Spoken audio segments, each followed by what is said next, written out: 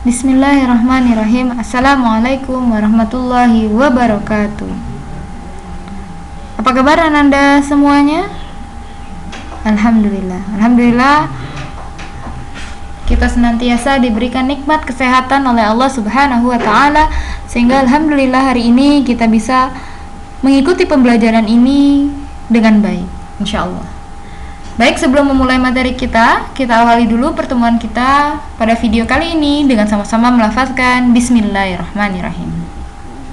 Baik, hari ini kita akan melanjutkan materi matematika kita di bab 2, yaitu mengenai faktor dan kelipatan bilangan. Apa saja materi yang akan kita pelajari hari ini? Yang pertama adalah tentang faktor dan kelipatan bilangan. Yang kedua, faktor dan kelipatan persekutuan, bilangan prima dan faktor prima, FPB dan KPK, dan menyelesaikan masalah yang berkaitan dengan FPB dan KPK.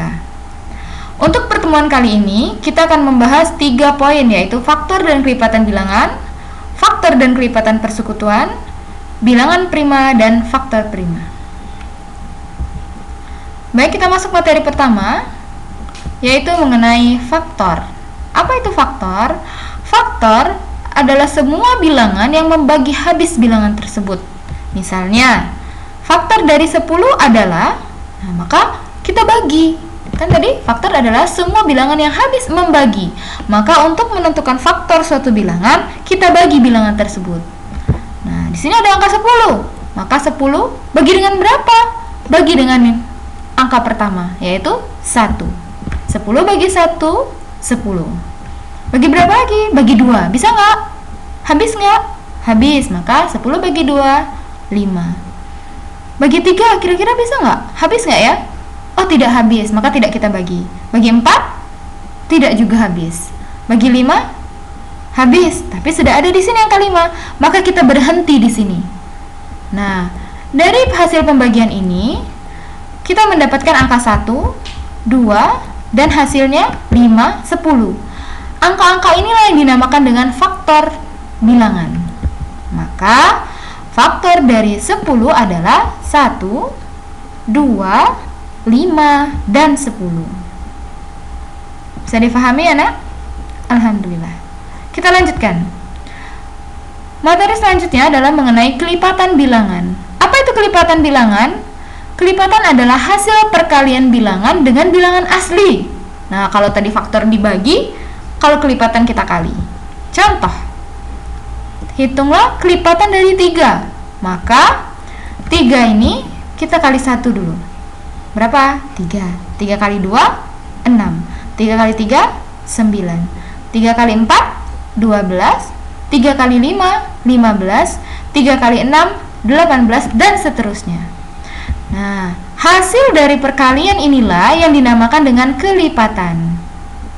Maka dapat disimpulkan bahwa kelipatan dari 3 adalah 3, 6, 9, 12, 15, 18, dan seterusnya. Jadi ini masih bisa ditambah, Nak, ya, dengan mengalihkan 3 dengan bilangan selanjutnya, 7, 8, 9, 10, dan seterusnya. Ya. Baik, kita lanjutkan mengenai faktor persekutuan. Apa itu faktor tadi? Ya, bilangan yang habis membagi. Persekutuan apa? Yang sama. Maka faktor persekutuan adalah faktor dari bilangan-bilangan yang nilainya sama. Contoh, kita mau menentukan faktor dari 16 dan 20. Maka kita faktorkan masing-masing dulu. 16 kita faktorkan, 20 kita faktorkan. 16 dibagi 1, 16. 16 dibagi 2, 8. Bagi 3 bisa? Oh, tidak habis. Bagi 4? Ya, 16 bagi 4, 4. Maka seperti yang saya sampaikan tadi, kalau sudah berhenti, sudah sama di sini, maka berhenti. Maka faktor dari 16 adalah 1, 2, 4, 8, 16. Jadi kalau sama, cukup satu kali yang ditulis. Kemudian kita menentukan faktor dari 20. 20 bagi 1, 20. 20 bagi 2, 10. 20 bagi 3, oh ternyata tidak habis. Maka 20 bagi 4, hasilnya 5. 20 bagi 5, ternyata sudah ada di sini angka 5. Maka kita berhenti. Maka faktor dari 20 adalah 1, 2, 4, 5, 10, dan 20. Maka Kita lihat di sini, persekutuan itu yang sama. Ternyata ada 3 angka yang sama, 1, 2, dan 4. Jadi disimpulkan bahwa faktor persekutuan dari 16 dan 20 adalah 1, 2, dan 4. Baik, kita lanjutkan. Selanjutnya adalah kelipatan persekutuan. Apa itu kelipatan persekutuan? Kelipatan persekutuan adalah kelipatan dari bilangan-bilangan yang nilainya sama. Contohnya, kita mau menentukan kelipatan persekutuan dari 3 dan 4. Nah, kelipatan 3 kita tentukan 3 tambah 3 6, tambah 3 9, tambah 3 lagi 12, 15, 18, 21, 24, dan seterusnya. Kemudian kita menentukan kelipatan 4. 4 tambah 4 8, tambah 4 12, tambah 4 16, dan seterusnya. Maka di sini kita dapatkan ada angka yang sama, nak, 12, kemudian 24. Maka bisa kita simpulkan bahwa kelipatan persekutuan dari 3 dan 4 adalah 12, 24, dan seterusnya. Kenapa dan seterusnya? Karena kelipatan tidak kita lanjutkan. Masih bisa dilanjutkan? Masih bisa. Selanjutnya, kita membahas bilangan prima.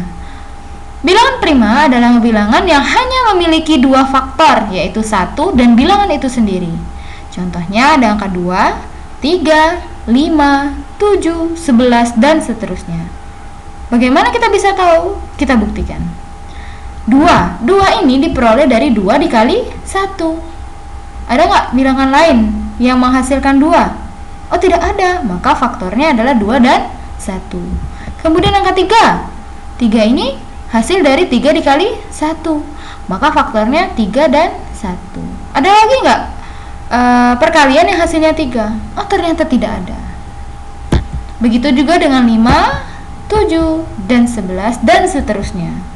Maka bilangan-bilangan ini dinamakan dengan bilangan prima. Kita lanjutkan. Faktor prima. Faktor prima adalah faktor suatu bilangan yang merupakan bilangan prima. Contoh, kita mau menentukan faktor prima dari 30. Yang harus kita ingat adalah bilangan prima. Bilangan prima yang tadi ya, 2, 3, 5, 7, 11, dan seterusnya. Caranya bagaimana? Kita tuliskan dulu angka 30. 30 ini kita bagi dengan bilangan prima. Yang paling kecil berapa? 2. Bisa nggak 30 bagi 2? Oh, ternyata bisa. 30 bagi 2 hasilnya adalah 15. Sekarang 15. 15 ini masih bisa dibagi? Bisa. Bagi 2 bisa nggak? Habis nggak ya? Oh, tidak habis.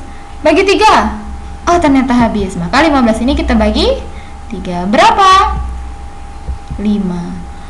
5 ini masih bisa nggak? Oh, ternyata 5 termasuk bilangan prima. Jadi, dia tidak bisa dibagi lagi. Nah, ini yang dinamakan dengan pohon faktor. Nah, ini adalah pohon faktor.